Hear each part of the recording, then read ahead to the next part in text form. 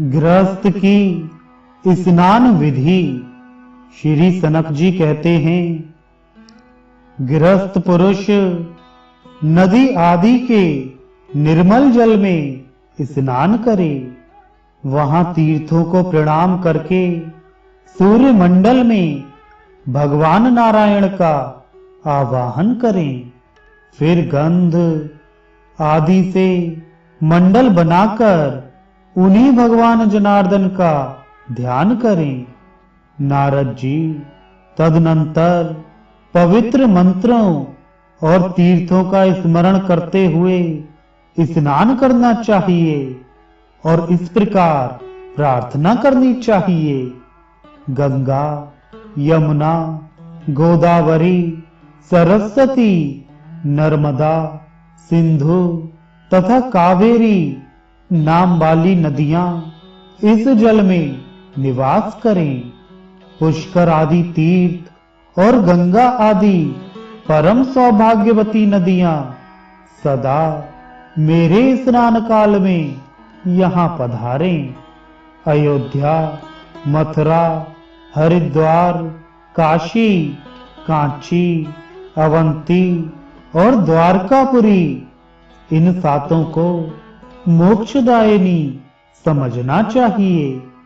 तदनंतर श्वास को रोके हुए पानी में डुबकी लगाए और अगमर्षण सूक्त का जप करे। फिर स्नानांग तर्पण करके आचमन के पश्चात सूर्य देव को अर्घ्य दे।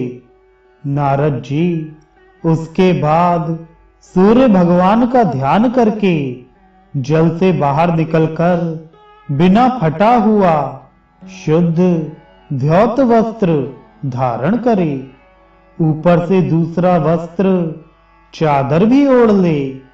तत्पश्चात कुशासन पर बैठकर संध्या कर्म प्रारंभ करे। ब्राह्मण ईशान कोण की ओर मुख करके गायत्री मंत्र से आचमन करे, फिर अन्य मंत्रों का उच्चारण करके विद्वान पुरुष दोबारा आचमन करे। तदनंतर अपने चारों ओर जल छिड़क कर अपने आप को उस जल से आवेशित करे, अपने शरीर पर भी जल सींचे, फिर प्राणायाम का संकल्प लेकर प्रणव का उच्चारण करने के बाद प्रणव सहित सातों व्याहतियों के तथा गायत्री मंत्र के ऋषि, छंद और देवताओं का स्मरण करते हुए भू आदि सात व्याहतियों द्वारा मस्तक पर जल से अभिषेक करे।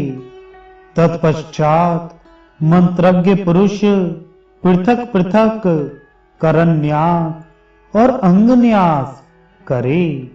पहले हृदय में प्रणव का न्यास करके मस्तक पर भू का न्यास करे, फिर शिखा में भुव का, कवच में स्वाहा का, नेत्रों में भूर्भुवा का तथा दिशाओं में भूर्भुवा स्वाहा का, इन तीनों व्याहतियों का और अस्त्र का न्यास करे। 3 बार हथेली पर ताल देना ही अस्त्र न्यास है। तदनंतर प्रातः काल कमल के आसन पर विराजमान गायत्री देवी का आवाहन करे।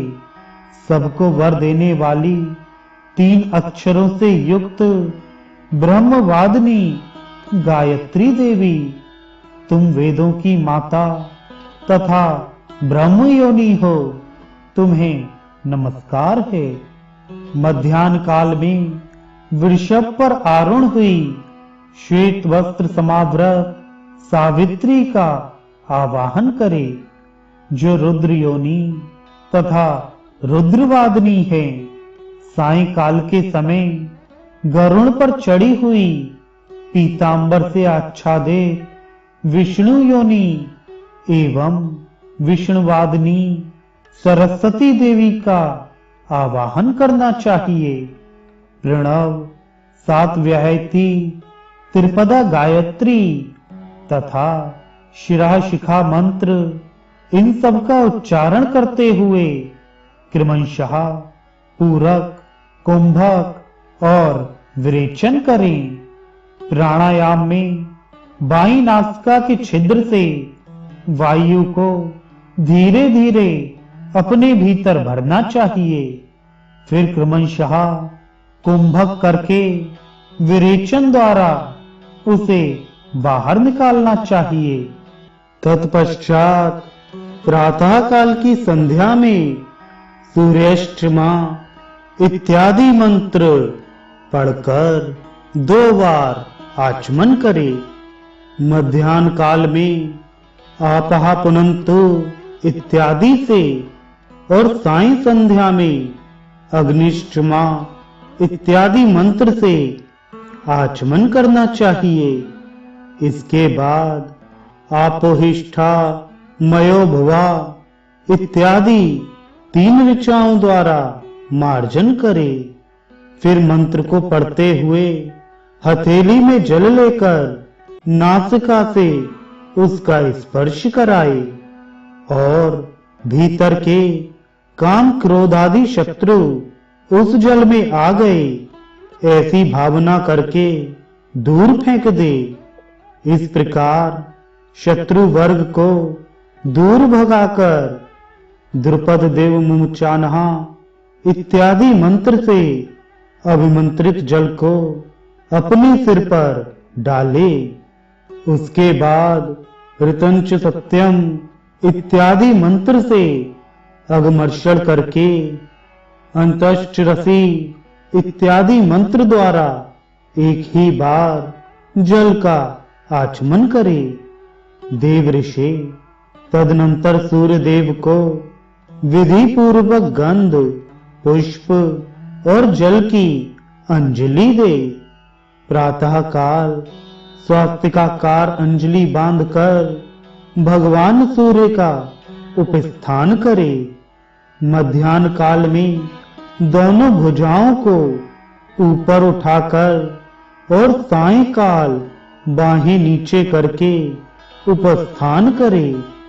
इस प्रकार प्रातः आदि तीनों समय के लिए पृथक पृथक विधि है। नारद जी सूर्योपस्थान के समय 3 ऋचाओं का जप करे। इसके सिवा सूर्य देवता संबंधी अन्य मंत्रों का, शिव संबंधी मंत्रों का तथा विष्णु देवता संबंधी मंत्रों का भी जप किया जा सकता है।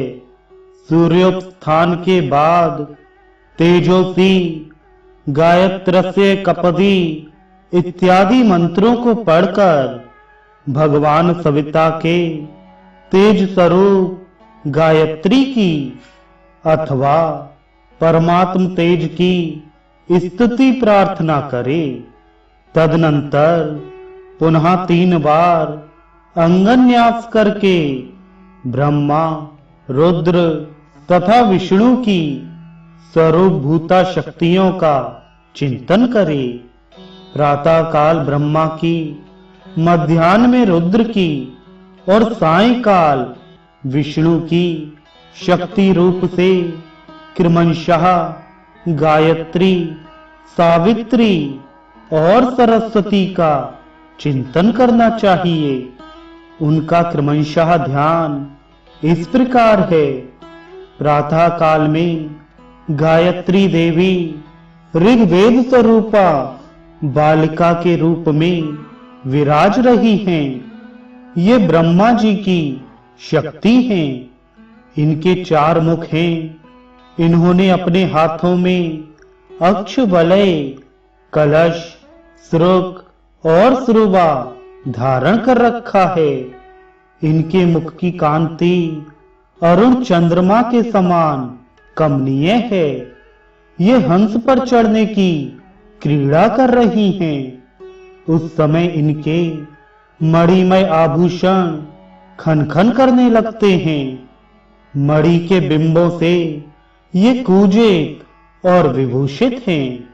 ऐसी गायत्री देवी हमारे ध्यान की विषय होकर दैवी संपत्ति बढ़ाने में सहायक हों। मध्याह्न काल में वही गायत्री सावित्री नाम धारण करती हैं। ये रुद्र की शक्ति हैं, नूतन यौवन से संपन्न हैं। इनके 3 नेत्र हैं। व्याघ्र का चर्म इन्होंने वस्त्र के रूप में धारण कर रखा है। इनके हाथों में खटवांग, त्रिशूल, अक्षवलय और अभय की मुद्रा है। तेजोमयी विद्युत के समान दैदीप्यमान जटा में बाल चंद्रमा का मुकुट शोभा पा रहा है। ये आनंद में मग्न है। वृषभ इनका वाहन है। शरीर का रंग कपूर के समान गौर है और यजुर्वेद इनका स्वरूप है। इस रूप में ध्यान करने योग्य सावित्री हमारे ऐश्वर्य की वृद्धि करें। सायंकाल में वही गायत्री विष्णु शक्ति भगवती सरस्वती का रूप धारण करती हैं। उनके श्री अंग पीतांबर से अलंकृत होते हैं। उनका रंग रूप श्याम है। शरीर का एक एक अवयव श्याम है। विभिन्न अंगों में जरावस्था के लक्षण प्रकट होकर उनकी शोभा बढ़ा रहे हैं। वे गरुड़ पर बैठी हैं।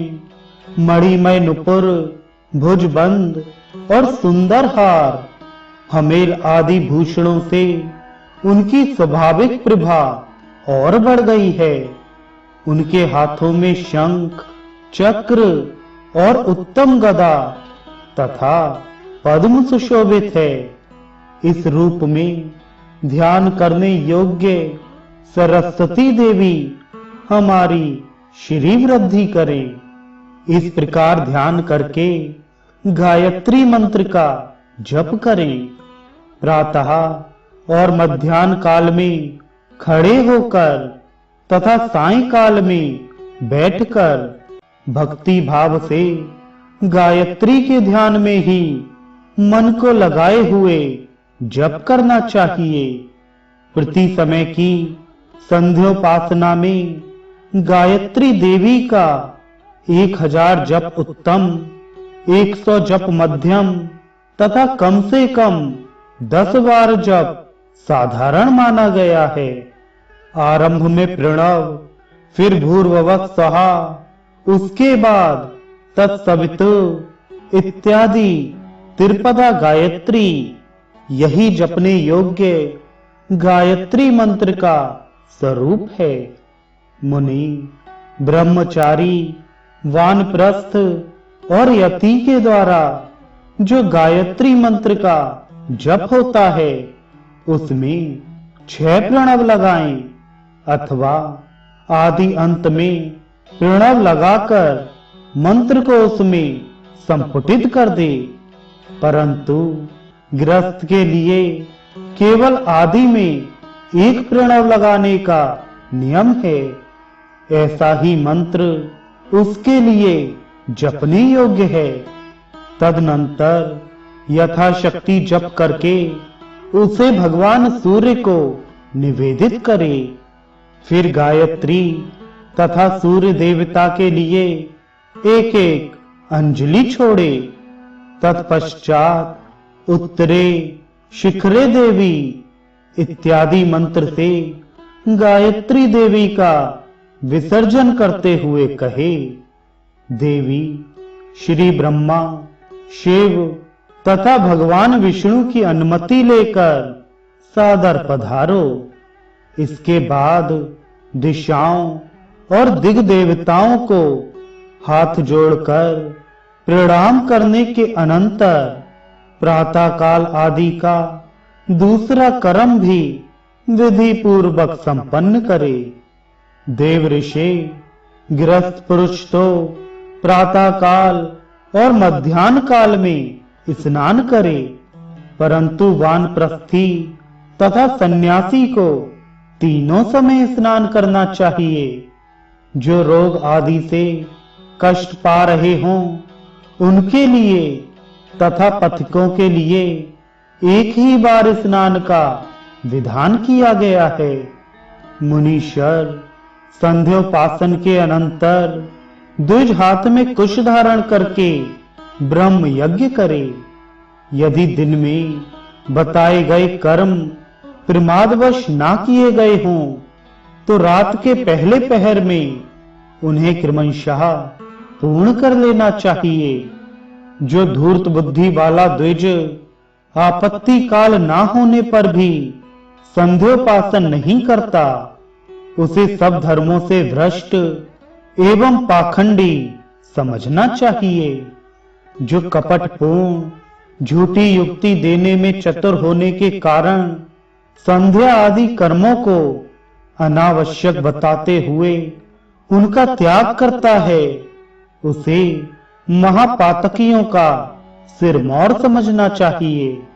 संध्योपासना के बाद विधि पूर्वक देव पूजा तथा बलि वैश्य देव कर्म करना चाहिए। उस समय आए हुए अतिथि का अन्न आदि से भली भांति सत्कार करना चाहिए। उनके आने पर मीठे वचन बोलना चाहिए। उन्हें घर में ठहरने के लिए स्थान देकर अन्न जल अथवा कंदमूल फल से उनकी पूजा करनी चाहिए। जिसके घर से अतिथि निराश होकर लौटता है वह उसे अपना पाप देकर बदले में उसका पुण्य लेकर चला जाता है। जिसका नाम और गोत्र पहले से ज्ञात ना हो और जो दूसरे गांव से आया हो, ऐसे व्यक्ति को विद्वान पुरुष अतिथि कहते हैं। उसका श्री विष्णु की भांति पूजन करना चाहिए। ब्राह्मण प्रतिदिन पितरों की तृप्ति के उद्देश्य से अपने ग्राम के निवासी एक श्रोत्रिय एवं वैष्णव ब्राह्मण को अन्न आदि से तृप्त करना चाहिए। जो पंच महायज्ञों का त्यागी है उसे विद्वान लोग ब्रह्म हत्यारा कहते हैं। इसलिए प्रतिदिन प्रयत्न पूर्वक पंच महायज्ञों का अनुष्ठान करना चाहिए। देव यज्ञ, भूत यज्ञ, पृथ्वी यज्ञ, मनुष्य यज्ञ तथा ब्रह्म यज्ञ, इनको पंचयज्ञ कहते हैं। भृत्य और मित्रादि वर्ग के साथ स्वयं मौन होकर भोजन करना चाहिए। द्विज कभी अभक्ष्य पदार्थ को ना खाए। सुपात्र व्यक्ति का त्याग ना करे, उसे अवश्य भोजन कराए। जो अपने आसन पर पैर रखकर अथवा आधा वस्त्र पहनकर भोजन करता है या मुख से उगले हुए अन्न को खाता है, विद्वान पुरुष उसे शराबी कहते हैं। जो आधा खाए हुए मोदक, फल और प्रत्यक्ष नमक को पुनः खाता है वह गोमांस भोजी कहा जाता है। द्विज को चाहिए कि वह पानी पीते, आचमन करते तथा भक्ष्य पदार्थों का भोजन करते समय मुख से आवाज ना करे। यदि वह उस समय मुंह से आवाज करता है तो नरकगामी होता है। मौन होकर अन्न की निंदा ना करते हुए हितकर अन्न का भोजन करना चाहिए। भोजन के पहले एक बार जल का आचमन करे और इस प्रकार कहे, हे अमृत रूप जल, तू भोजन का आश्रय अथवा आसन है। फिर भोजन के अंत में एक बार जल पिए और कहे, हे अमृत, तू भोजन का आवरण उसे ढकने वाला है। पहले प्राण, अपान, व्यान, समान, उदान इनके निमित्त अन्न की 5 आहुतियां अपने मुख में डालकर आचमन कर ले। उसके बाद भोजन आरंभ करे। विप्रवर नारद जी इस प्रकार भोजन के पश्चात आचमन करके शास्त्र चिंतन में तत्पर होना चाहिए। रात में भी आए हुए अतिथि का यथाशक्ति भोजन, आसन तथा शयन से अथवा कंदमूल फल आदि से सत्कार करे। मुनि, इस प्रकार गृहस्थ पुरुष सदा सदाचार का पालन करे। जिस समय वह सदाचार को त्याग देता है, उस समय प्रायश्चित का भागी होता है।